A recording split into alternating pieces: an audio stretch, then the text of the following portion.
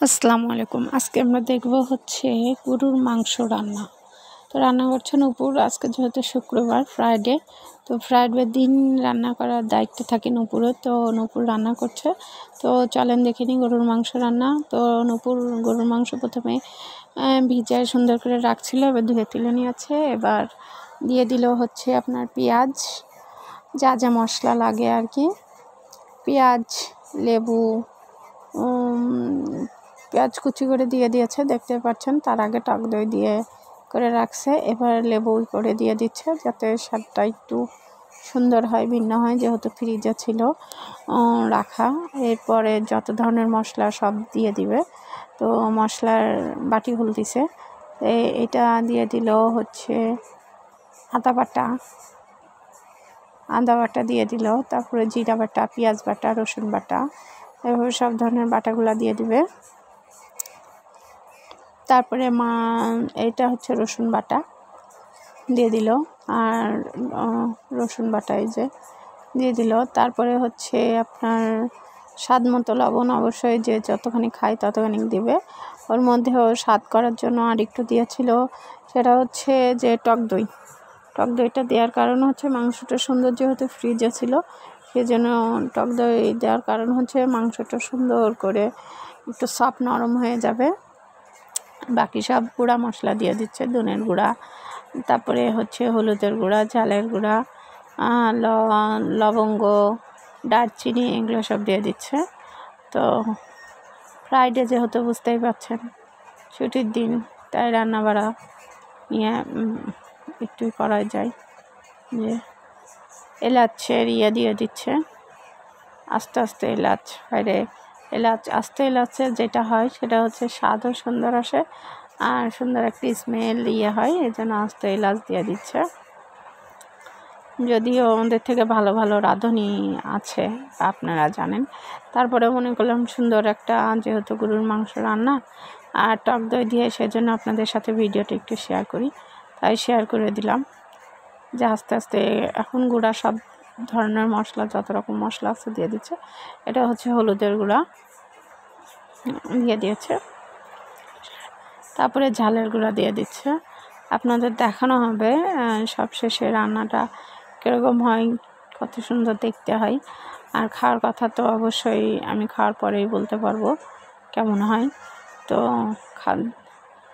খাবারের ব্যাপারটা এরকম যে দেখে অনেক সময় দেখা যায় যে দেখতে অনেক সুন্দর লাগে কিন্তু খেতে স্বাদ হয় না, আর অনেক সময় দেখা যায় যে খেতে খুব স্বাদ হয়েছে, দেখতে ভালো না কিন্তু খেতে খুব স্বাদ হয়। এই জন্য বলা যায় না যে দেখে বলবেন কেমন হয়েছে খেতে, তাই আমি খাওয়ার পরেই বলতে পারবো যে স্বাদটা কেমন হয়েছে। তাই যে মশলা সব ধরনের দিয়ে দিল, দিয়ে দেওয়ার পরে মাখায় কিছুক্ষণ রেখে দিবে যাতে মাংসটা সুন্দর একটা ইয়েতে হয়। এবার তেল, আমাদের বাসায় তেল খাওয়া হয়, সরিষার তেল, এই জন্য তেল দিয়ে দিল পরিমাণ মতো। আর এদিকে লবণ যাচ্ছে স্বাদ মতো। এটা সবাই জানেন যে খাবারের মধ্যে লবণটা স্বাদ মতোই দেওয়া হয়, কেউ বেশি খায় কেউ কম খায়। লবণ না দিলে তো আবার সব মশলা দিলে দেখা যাচ্ছে স্বাদই হচ্ছে, লবণ না দিলে সব মেচাকার।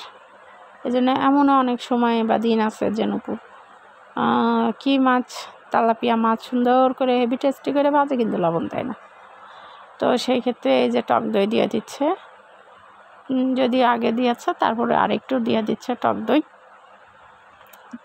টক দইটা ফ্রিজে রাখা ছিল অনেক দিনকার টক দই, যেমনই ডেকে নেওয়া হয়েছিল এখনও ছিল, তাই টক দইটা ওরকম মনে হচ্ছে যে লিকুইড দুধ। এই যে এবার দিচ্ছে তেল, সরিষার তেল, আমাদের বাসায় সরিষার তেল খাওয়া হয়, তাই সব কিছু দিয়ে মহি মশলা যতটুকুনো প্রয়োজন স্বাদ মতো পরিমাণ মতো দিয়ে এবার হচ্ছে নিচ্ছে মাংসটা সুন্দর করে মাখায়, যাতে মাংস কোনোভাবে কোনো দিকে মশলা বাদে না থাকে, যেহেতু মাংসটা মাখানোই হচ্ছে কিছুক্ষণ রেখে দেওয়ার জন্য, তাই সুন্দর করে সব কিছু মিলায় এবার নিচ্ছে মাখায়।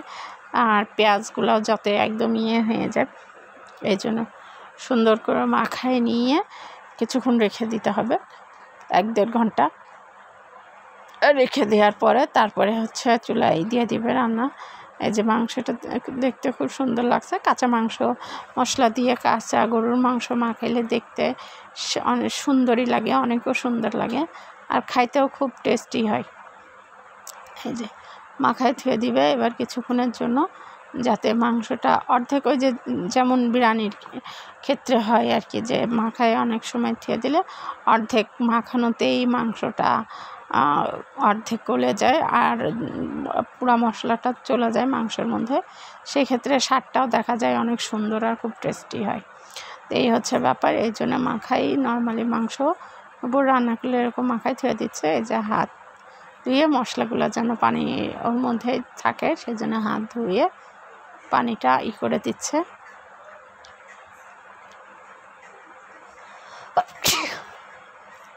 ছেড়ে দিলে এইবার দিয়ে দিল চুলার উপরে মাংস, তেল দিয়ে, যেহেতু সব কিছু দেওয়া ছিল এই জন্য তেল গরম করে তেজপাতা দিয়ে মাংস ঢেলে দিল।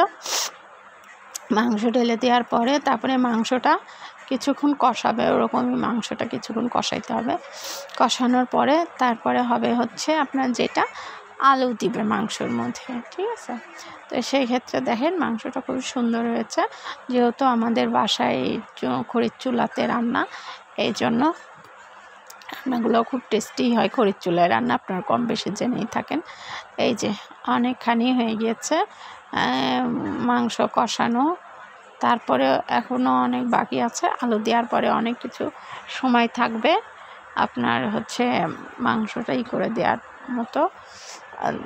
আলু দেওয়ার পরেও অনেক সময় আপনার কষাইতে হবে বা হয়, আর গরুর মাংস যেহেতু ফ্রিজে ছিল একটু সময় তো দেওয়াই লাগবে। এই যে পুরো অর্ধেকের বেশি হয়ে আসছে, তারপরে যে এবার আলু দিয়ে দিয়েছে, এবার হচ্ছে শেষের দিকে আলু দিয়ে দিল, কাঁচা আলু না ভেজে, অনেকে ভেজে দেয়, তারপর কাঁচা আলুই দিয়ে দিয়েছে।